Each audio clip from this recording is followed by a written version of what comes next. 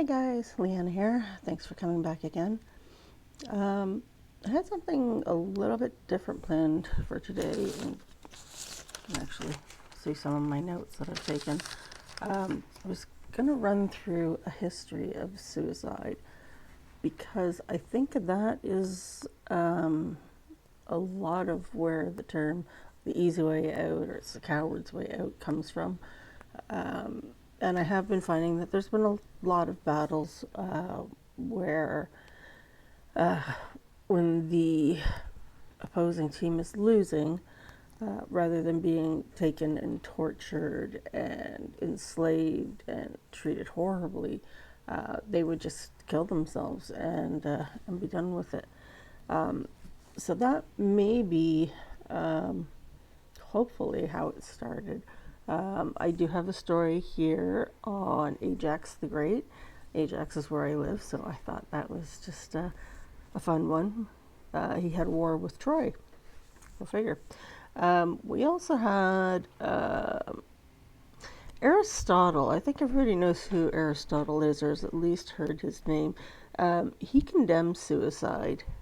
Not for any real reason. The only reason I could find was that he did not condone suicide because he felt that it robbed the community of a service, and I mean service by a funeral service, to honor that person. So that I found quite interesting, and I think I might just make a whole episode on that because a lot of people don't feel like we should honor the person that committed suicide. There's nothing honorable about them, otherwise they wouldn't have done this. And obviously he has a lot to say to the contrary. Other than that, yeah, there was. I started getting into the Japanese kamikaze pilots and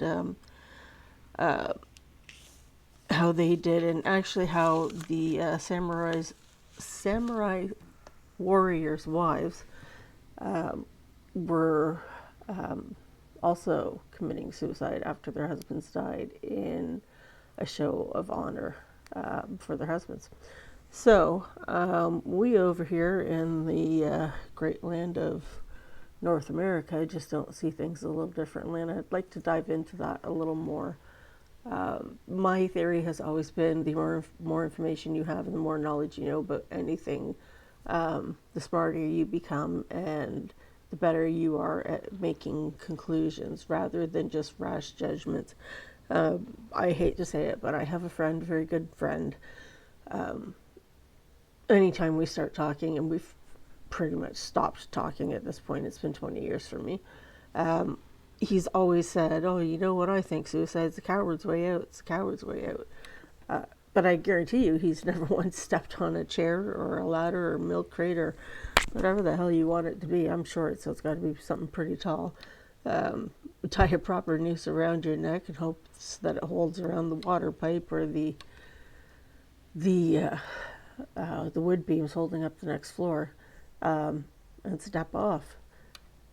That's not easy at all. That's not being a coward at all. You know what a coward? I think the only. No, I don't even want to say that. No, I'm not even going to get into saying that. Anyways, so while I was sitting here writing about this morning, or doing some research about it, I realized that what I really want to talk to you guys about is just a really human level. The last week has not been great for me emotionally, and the closer we get to Christmas, it gets progressively worse. So I thought now would probably be a good time. You might see me actually crying through one of these. But growing up in our house, my brother and I, we fondly looked forward to Christmas for a long time. And I don't know whose fault it was. I don't know what the story was behind it. But I remember there was one Christmas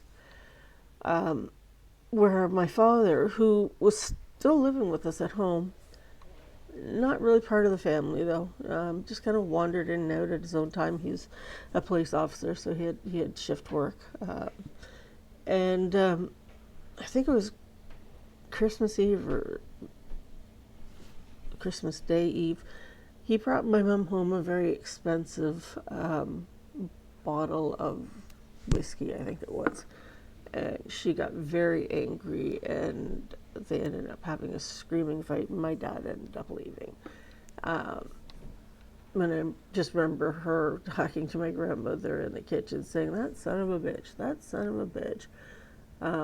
That may be where other people pointed out to her that she was starting to have a drinking problem or a problem drinking.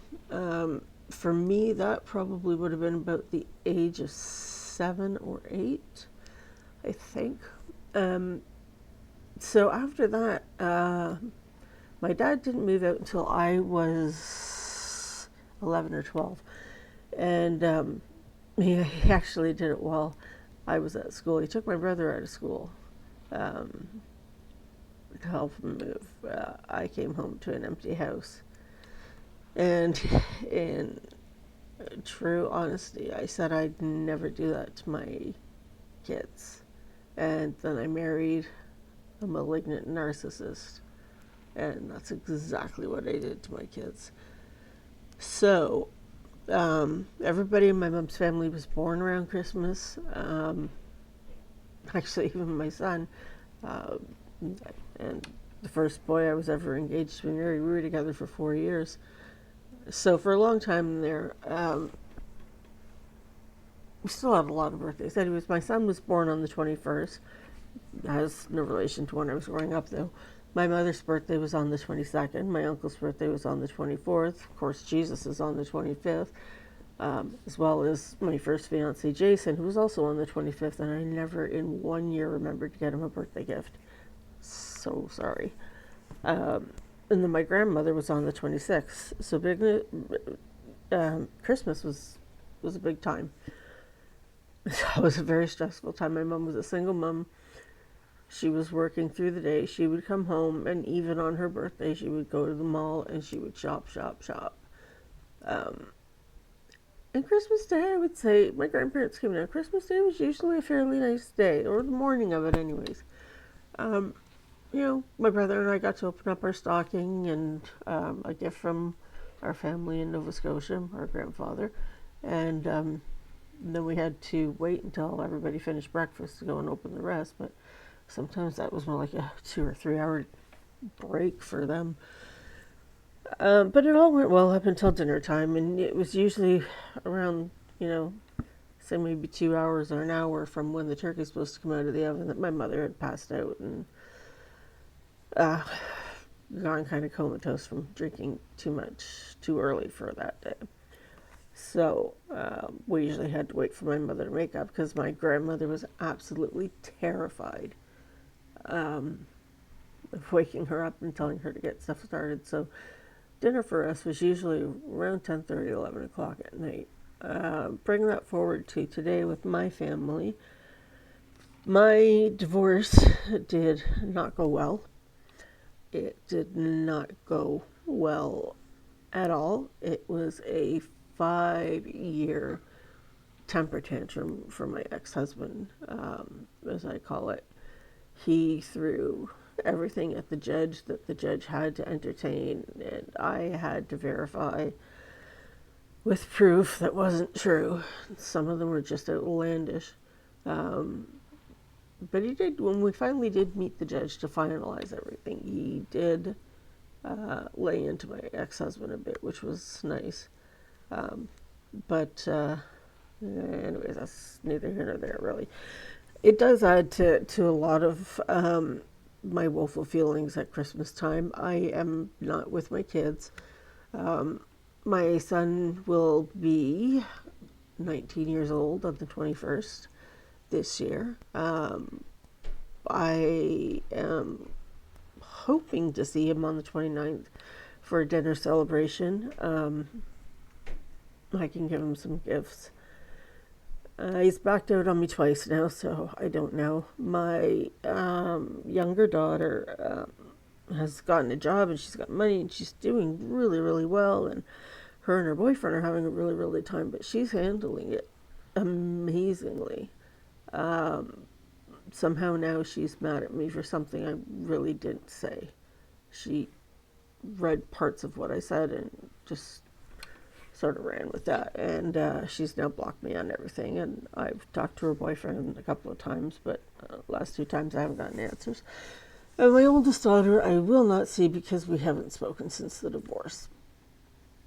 So, so leading up to it, well, I see all these people having fun, and they're getting excited. Also, I see that less and less each year, quite honestly.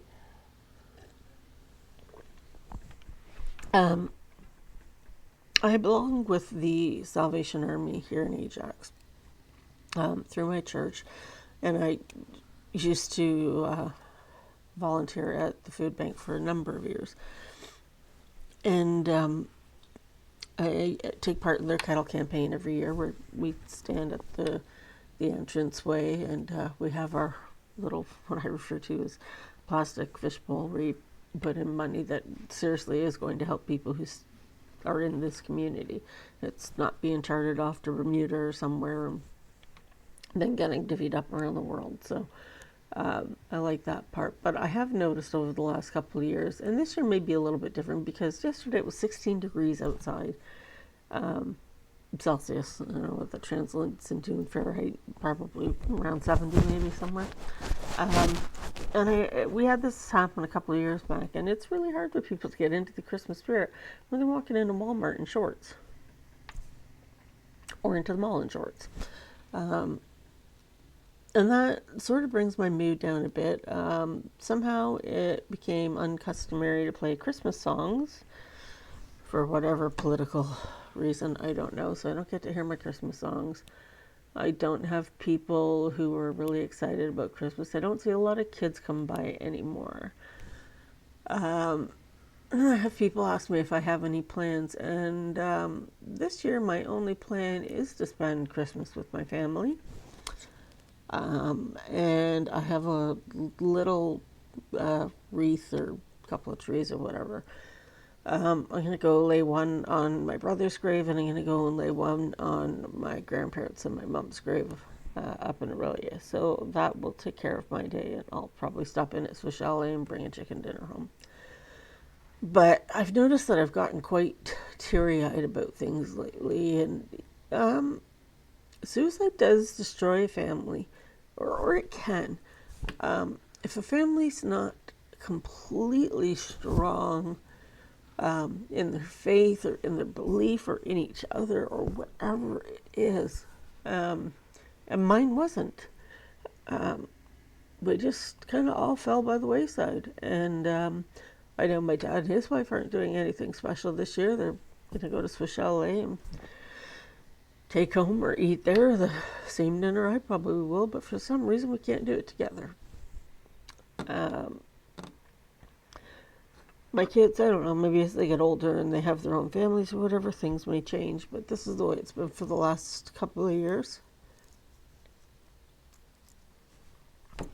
And I miss my brother.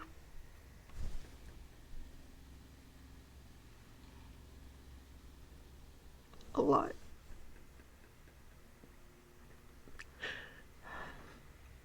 "20 years ago when he took his life, this is where it all started. When he wasn't invited to Christmas. So that's hard.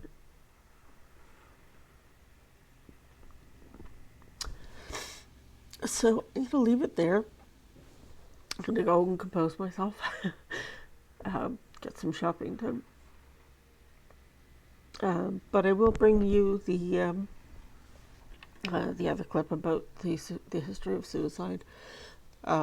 Just because I just think it's pretty fascinating how far back it goes.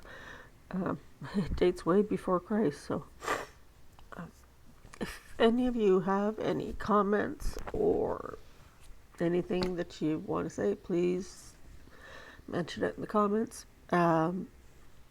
Hit the bell, subscribe if you like. It would be greatly appreciated. The more subscribers, the more I can do this. I haven't done this for a little while just because I've been working at 2 places, but after Christmas I'll have a lot of time to devote to this. So anyways, stay strong, everybody. And if you can't stay strong, call someone. Okay? Thanks, guys.